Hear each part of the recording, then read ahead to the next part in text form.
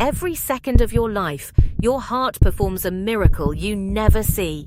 Deep inside the left ventricle, the most powerful chamber of your heart, thick muscular walls contract with precise rhythm, generating the pressure that will send oxygen-rich blood to every corner of your body.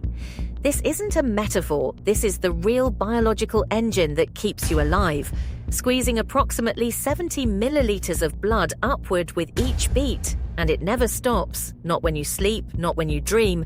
This chamber will beat over 2.5 billion times in an average lifetime, and right now, it's beating for you.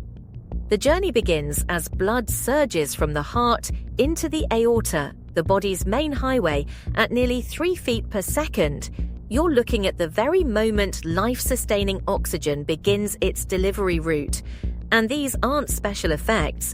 Every red blood cell you see is real, tumbling through the current, each one carrying millions of oxygen molecules bound to hemoglobin.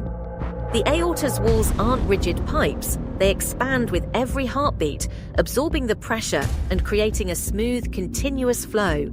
And this elastic property protects your delicate organs from damaging pressure spikes. Without this flexibility, your circulatory system would fail within minutes. Now we're witnessing something most people never consider. Your heart muscle feeding itself through coronary arteries embedded deep within the cardiac tissue. Because your heart can't absorb oxygen from the blood passing through its chambers, it needs its own dedicated blood supply. Block one of these vessels, and the muscle downstream begins to die within minutes. This is what happens during a heart attack. And the 3-layered wall you're seeing, the smooth inner lining, the muscular middle layer, and the protective outer coat, is what keeps blood flowing even under immense pressure, flexing with every heartbeat because they're not just tubes, they're living, responsive tissue. Here's where the magic of life happens at the smallest scale. You're looking at red blood cells squeezing through a capillary so narrow they must deform their shape to pass through single file. A vessel only 7 micrometers wide, 70 times thinner than a human hair. Yet this is where oxygen delivery actually occurs. The capillary wall is just 1 cell thick, allowing oxygen to diffuse directly into the surrounding heart muscle tissue. And your heart has billions of these microscopic vessels. Damage this network through high blood pressure, diabetes, or smoking, and your heart literally suffocates from within, which is why cardiovascular health isn't abstract. It's happening right here, right now. At the cellular level, blood returns home to the right atrium, where deoxygenated blood from your entire body converges before beginning its journey to the lungs. And the darker maroon color isn't Hollywood drama. This is what blood actually looks like when it's given up its oxygen to your tissues. 2 large vessels, the superior and inferior vena cava, pour blood into this chamber like rivers meeting at a delta. And here's something remarkable. Your body produces no new blood. The same 5 to 6 liters you have right now will circulate through your entire system roughly once every minute for your entire life. And there is no synthetic substitute that can fully replace human blood.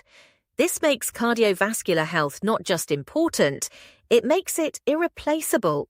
The pulmonary artery carries oxygen-depleted blood toward your lungs, and this is the only artery in your body that carries deoxygenated blood, a critical exception to the rule.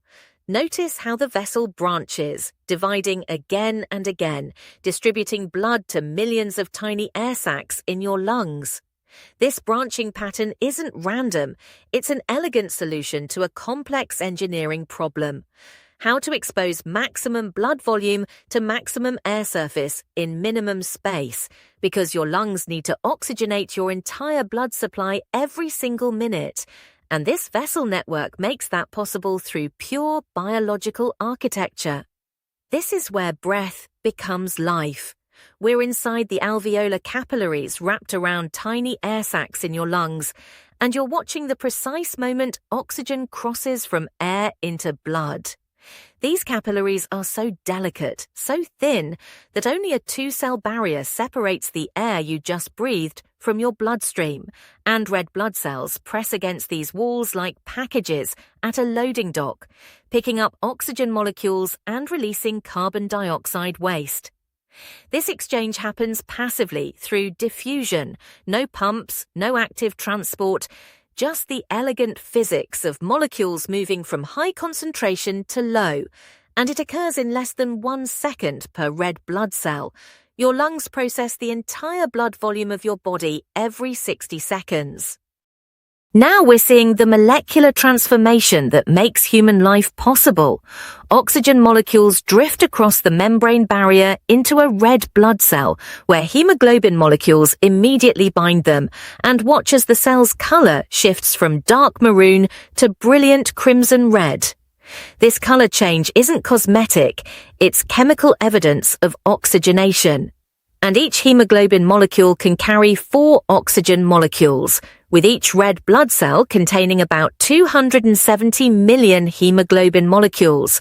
That means one single red blood cell transports over 1 billion oxygen molecules, and you have roughly 25 trillion red blood cells in circulation right now, creating an oxygen delivery system of incomprehensible scale.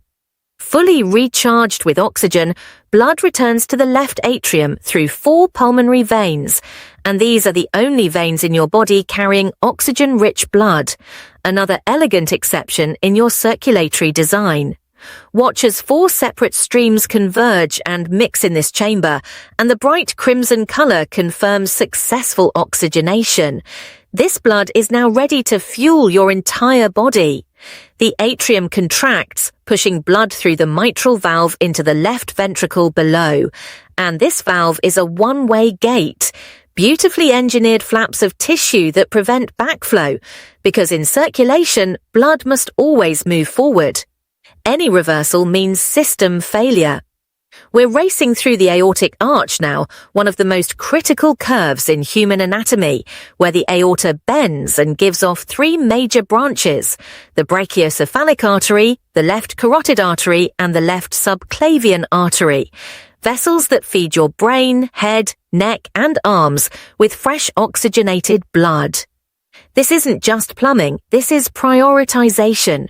Your body ensures the brain receives blood first, before any other organ, because your brain can survive only 4 to 6 minutes without oxygen before permanent damage occurs. Every curve, every branch point, every vessel diameter has been refined through millions of years of evolution to deliver blood exactly where it's needed, when it's needed, in the precise quantities required. Inside the carotid artery ascending toward your brain, blood travels upward against gravity, propelled solely by the pressure generated by your heart's contraction seconds ago. This is the miracle of hydraulics in living tissue. The arterial walls here are thick and muscular, designed to withstand and regulate the intense pressure needed to push blood up to your brain. And with every heartbeat, these walls expand slightly, then recoil, maintaining steady flow. Your brain weighs only 2% of your body weight, but consumes 20% of your oxygen supply. It's the most energy-demanding organ you have, and it cannot store energy, which means it depends on constant, uninterrupted blood flow every single second of your life. Now we're inside a cerebral capillary, navigating the blood-brain barrier, one of the most selective biological filters in existence. Red blood cells deform as they squeeze through these incredibly narrow passages, delivering oxygen directly to neurons and glial cells that surround the vessel. The capillary walls here are special, with tightly joined cells that prevent harmful substances from entering brain tissue while allowing oxygen, glucose, and essential nutrients to pass through. Your brain contains approximately 400 miles of these capillaries, creating a delivery network so extensive that no neuron is more than a few cells away from its oxygen supply, and any disruption to this flow, a stroke, causes brain cells to die within minutes, which is why we say time is brain. Deep in your leg, inside a large vein, blood pools momentarily before beginning its return journey to the heart. And notice the venous valves. delicate pocket-like structures that hang downward like gates. These prevent backflow and ensure blood moves only toward the heart, even against gravity. When your leg muscles contract during walking, they squeeze these veins, pushing blood upward past each valve, which then closes to lock in the progress. And this is why prolonged sitting or standing can cause problems. Without muscle contraction, blood pools in the legs, valves weaken, and you develop varicose veins. This system depends on movement, on activity, on your body working as an integrated machine where every part supports the circulation that sustains every other part. Following blood's final approach back to the heart after completing its circuit through your body. This blood has given up its oxygen, collected carbon dioxide waste, and now returns darker, almost maroon in color, ready to be recharged. The vessel walls here are thinner than arterial walls because venous blood operates under much lower pressure, no longer driven by the heart's direct force, but pulled along by the negative pressure created when the heart expands. Approximately 70% of your blood volume sits in your veins at any given moment, creating a reservoir that can be mobilized during exercise or stress when your body needs to increase cardiac output instantly. Inside the muscular wall separating your heart's left and right ventricles, we're witnessing the heart from the inside out. This thick septum prevents oxygen-rich and oxygen-poor blood from mixing, maintaining the separation essential for efficient circulation, and embedded throughout this muscle are the heart's own blood vessels, the coronary circulation we saw earlier. Both ventricles contract simultaneously with incredible synchronization, the right side pumping blood to your lungs at lower pressure, while the left side pumps to your entire body at much higher pressure. Yet both chambers eject exactly the same volume with each beat. This coordination isn't controlled by thought. It's automatic, electrical, generated by specialized pacemaker cells, and it continues whether you're conscious or not, awake or asleep, every moment from before birth until death. At the microscopic level inside a cardiac muscle cell, we're seeing the molecular machinery of contraction. Sarcomeres, the basic units of muscle tissue, shorten as protein filaments slide past each other, powered by energy from densely packed mitochondria surrounding every fiber. Your heart muscle cells contain more mitochondria than almost any other cell type in your body because they need constant, massive amounts of energy. Your heart never rests, never gets a break, and these mitochondria work continuously to fuel every single contraction. This is why your heart is so vulnerable to anything that disrupts energy production. Lack of oxygen during a heart attack, toxins from excessive alcohol, deficiencies in essential nutrients. When energy production fails, contraction fails, and when contraction fails, circulation stops. Deep in your abdomen, blood flows through the descending aorta, branching off at regular intervals to feed your abdominal organs, the kidneys, liver, intestines, spleen, each receiving precisely calibrated blood flow based on their metabolic needs. The aorta descends along your spine, protected within your body's core, pulsing with every heartbeat as it distributes oxygenated blood throughout your torso and eventually into your legs. This vessel will carry blood for decades, its walls constantly adapting to pressure changes, repairing microscopic damage, remodeling in response to exercise or disease, and the health of this single vessel, whether it remains flexible or becomes stiff with atherosclerosis, largely determines your cardiovascular future. Entering the mesenteric arteries that supply your intestines, blood flow increases dramatically after you eat. Because digestion requires massive amounts of energy, your intestines need extra oxygen and nutrients to absorb the food you've consumed, break it down, and transfer those nutrients into the bloodstream. Watch as the vessels branch repeatedly into smaller and smaller arterioles, creating a vast network that surrounds every inch of intestinal tissue. And this is why your body redirects blood away from your muscles toward your gut after a meal, why you feel sluggish after eating. Your cardiovascular system is dynamically adjusting its distribution priorities based on real-time demands. Inside the intestinal wall, wrapped around the finger-like villi that absorb nutrients, we're seeing the capillary networks where digestion meets circulation.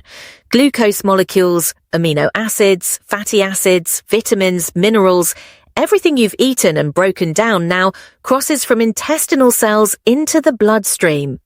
These nutrients will travel directly to your liver first, through the portal vein for processing, filtering, and distribution, and then circulate throughout your body, feeding every cell, fueling every process. This is why nutrition matters for heart health. The quality of nutrients entering your bloodstream here directly affects your arterial walls, your blood viscosity, your cholesterol levels, your inflammation status. Cardiovascular disease begins not just in your arteries, but at your dinner table. At the molecular level in plasma, the liquid component of blood, we're seeing dissolved cargo. Glucose for energy, amino acids for building proteins, electrolytes for nerve and muscle function, hormones traveling as chemical messengers, and heat being distributed from your core to your extremities. Plasma is more than just water. It's a sophisticated transport medium carrying everything your cells need to survive, and its composition changes moment by moment based on what you eat, drink, breathe, and how your organs are functioning. This yellow fluid makes up about 55% of your blood volume, and without it, your red blood cells would clump together uselessly, unable to flow, unable to deliver oxygen, unable to sustain life. Deep inside your kidney, blood enters through the renal artery and immediately branches into thousands of microscopic filtering units called nephrons. Here in the glomerulus, a tight ball of capillaries, blood pressure forces plasma and small molecules through specialized filters while keeping blood cells and proteins inside the vessels. Your kidneys process your entire blood volume roughly 40 times per day, filtering out waste products, excess electrolytes, and toxins while reclaiming water and essential nutrients. And they do this continuously, automatically, maintaining the precise chemical balance that every cell in your body depends on. When kidney function declines, waste builds up in the bloodstream, blood pressure rises, and cardiovascular disease accelerates. Your heart and kidneys are so interconnected that disease in one almost always affects the other. Inside bone marrow, deep within your bones, we're witnessing the birthplace of blood. Hematopoietic stem cells divide and differentiate, creating new red blood cells, white blood cells, and platelets in a process that never stops. You produce approximately 2 million red blood cells every second, replacing those that age and die, maintaining a constant population of oxygen carriers. This production is tightly regulated by hormones released from your kidneys and other organs, adjusting output based on oxygen needs. If you climb to high altitude, your kidneys sense lower oxygen and trigger increased red blood cell production. And if you lose blood through injury or donation, production ramps up immediately. Your blood is not static, it's constantly renewed, constantly refreshed. And this renewal capacity is what allows recovery from anemia, blood loss, and disease. In your spleen, aging red blood cells that have circulated for roughly 120 days are finally removed from circulation. Specialized cells called macrophages capture these worn-out cells, break them down and recycle their components, particularly iron from hemoglobin, which will be returned to bone marrow for making new red blood cells. The spleen also filters out damaged cells, pathogens, and cellular debris, acting as a quality control checkpoint for your blood, and it stores platelets and white blood cells that can be rapidly deployed during infection or injury. This is why spleen damage or removal increases infection risk. You lose a critical component of your body's defense and maintenance systems, though other organs can partially compensate. At the site of a small skin wound, we're watching the emergency response that stops blood loss. Platelets rush to the breach, adhering to exposed collagen fibers in the damaged vessel wall and to each other, forming a plug. Simultaneously, a cascade of clotting proteins activates, creating fibrin strands that weave through the platelet mass like reinforcing cables, and red blood cells become trapped in this mesh, forming the clot you see as a scab. This process must be precisely controlled. Too little clotting and you bleed excessively. Too much and you form dangerous clots inside intact vessels that can cause heart attacks and strokes. Many medications that protect cardiovascular health work by subtly modifying this clotting system, and understanding this balance is key to preventing both bleeding and thrombosis. Finally, we're witnessing one of your immune system's most critical functions, a white blood cell, a neutrophil, squeezing through the capillary wall to enter infected tissue, a process called diapedesis. The cell flattens dramatically, its nucleus compressing and deforming as it pushes between endothelial cells, and once through, it resumes its normal shape and begins hunting for bacteria or damaged cells to destroy. This migration happens continuously throughout your body wherever infection or inflammation occurs. And it's why your blood carries not just oxygen and nutrients, but also your entire mobile defense force, ready to deploy anywhere within minutes. Chronic inflammation, from obesity, smoking, poor diet, stress, keeps these immune cells constantly activated, and their inflammatory chemicals damage blood vessels